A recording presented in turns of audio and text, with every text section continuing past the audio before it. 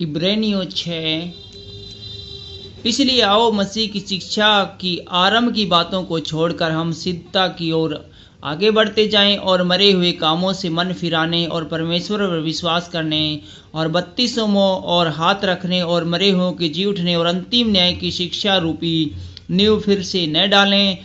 यदि परमेश्वर चाहे तो हम यहीं रहेंगे, क्योंकि जिन्होंने एक बार ज्योति पाई है और जो स्वर्गीय वरदान का स्वाद चख चुके हैं और पवित्र आत्मा के भागी हो गए हैं और परमेश्वर के उत्तम वचन का और आने वाले युग की सामर्थ्य का स्वाद चख चुके हैं,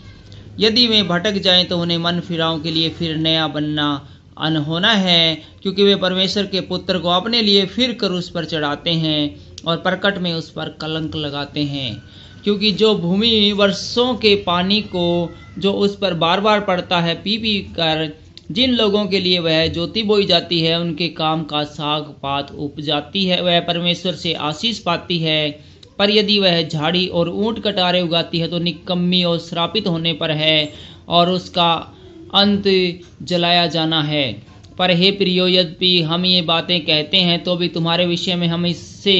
अच्छी और उदार वाली बातों का भरोसा रखते हैं, क्योंकि परमेश्वर अन्याय नहीं कि तुम्हारे काम और उस प्रेम को भूल जाए जो तुमने उसके नाम के लिए इस रीति से दिखाया कि पवित्र लोगों की सेवा की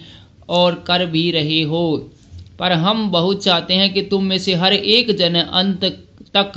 पूरी आशा के लिए ऐसा ही प्रयास करता रहे, ताकि तुम आलसी न हो जाओ, वरन उसका अनुसरण करो जो विश्वास और धीरज के द्वारा प्रतिज्ञाओं के वारिस होते हैं। परमेश्वर की अटल प्रतिज्ञा। परमेश्वर ने अब्राहम से प्रतिज्ञा करते समय जब शपथ खाने के लिए किसी को अपने से बड़ा न पाया तो अपनी ही शपथ खाकर कहा, मैं सचमुच तुझे बहुत आशीष दूंगा और तेरी संतान को बढ़ाता जाऊंगा। और इस रीति से उसने धीरज धरकर प्रतिज्ञा की हुई बात प्राप्त की। मनुष्य को अपने से किसी बड़े की शपथ खाया करते हैं और उनके हर एक विवाद का फैसला